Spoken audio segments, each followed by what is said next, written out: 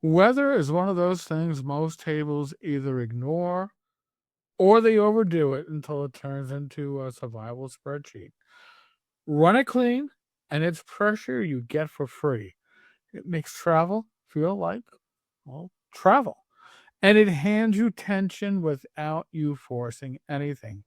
Tonight, I'm giving you a dead simple weather procedure you can run in under a minute.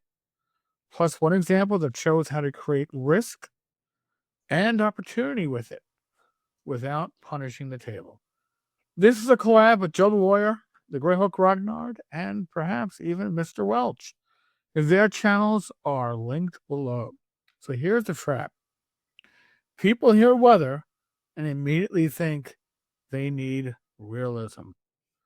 What? What do I mean by that? They need temperatures, humidity, wind chill, barometric pressure, and suddenly you're doing a homework. And the other trap is the opposite. Weather is just flavor. It's raining. Okay, so what? BX tables sing when procedures create choices. Weather should do the same. No gotchas. You're not shutting the day down. You're just putting a little weight on the decision.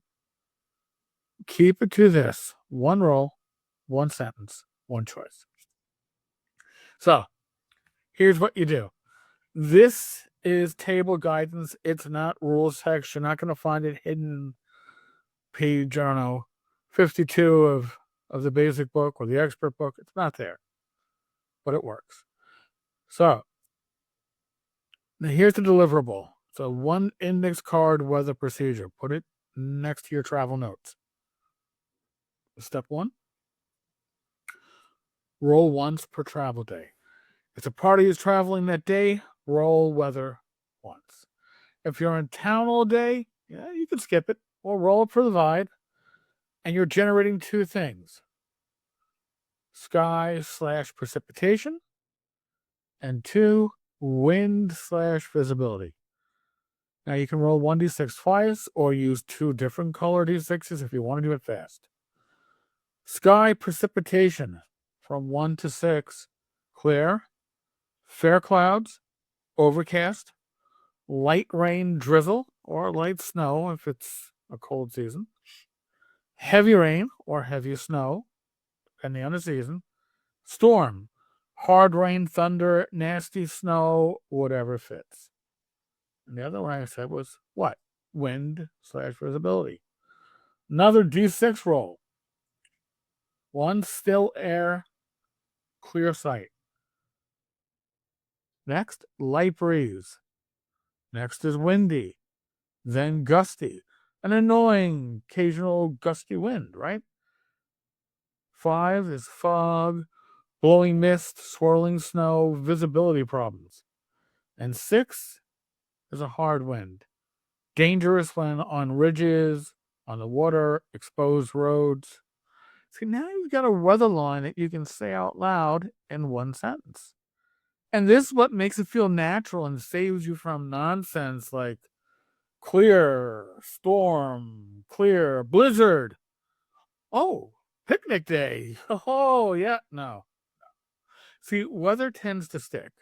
So tomorrow should usually look like today or shift a bit.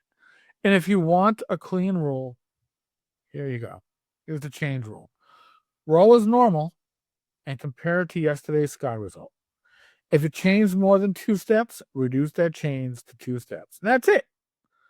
You get a believable weather without tracking anything. And then pick one effect that matters today. See, weather becomes a drag when every roll spawns a paragraph of modifiers. Don't do that. Pick one effect that will matter today. 2 at most if it's a storm, but you can probably get away with 1. Use this menu. These create choices, not shutdowns.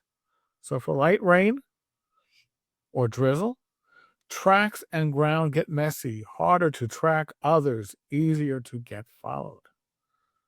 Torches and exposed gear are a hassle, less protected, and you can keep pace or you slow down to stay quiet and careful. Heavy rain, steady snow. Ranged fighting gets uglier at a distance. Fire and visibility becomes problems. You shift off course faster unless you slow down or hug landmarks. Storm. Exposed terrain becomes risky. Camps are miserable unless you find shelter. Sound carries weirdly. Detection and surprise get swingy. Fog, blowing mist, swirling snow, you can get close without being seen. And you can also walk right into trouble. And scouting is risky because distance lies to you in these conditions.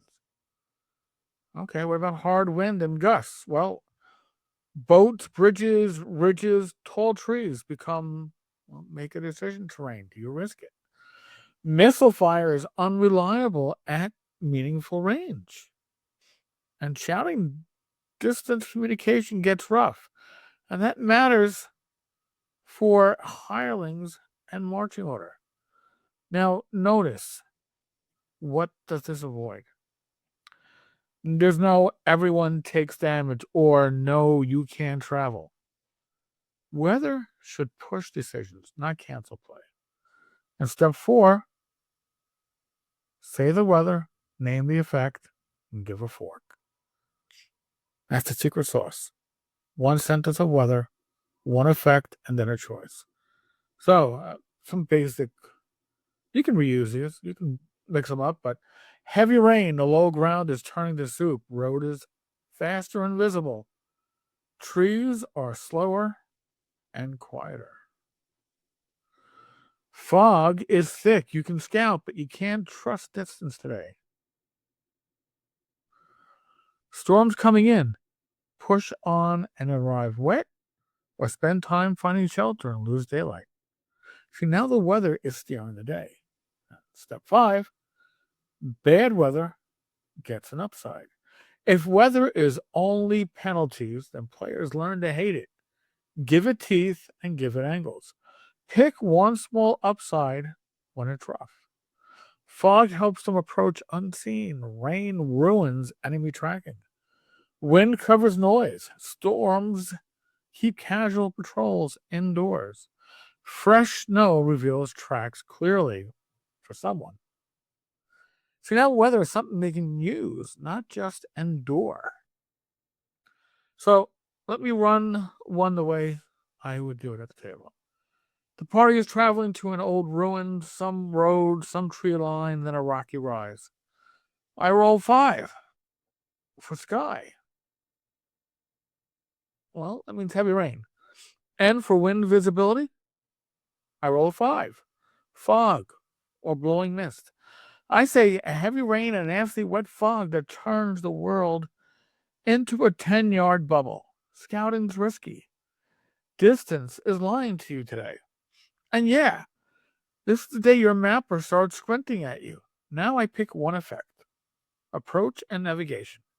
Again, if you stick to the road, you keep direction, but you'll be obvious when you get close. If you cut into the trees, you can approach quieter, but you're rolling the dice on drifting off course. They decide. Trees for the quiet approach. Weather just created a real fork, right? Think about it. Then I use the fog to frame an encounter without extra mechanics. Because visibility is trash, contact happens close. They crest a small rise in the trees and there's a shape ahead. Too close to be comfortable. Now they can choose. What do they do?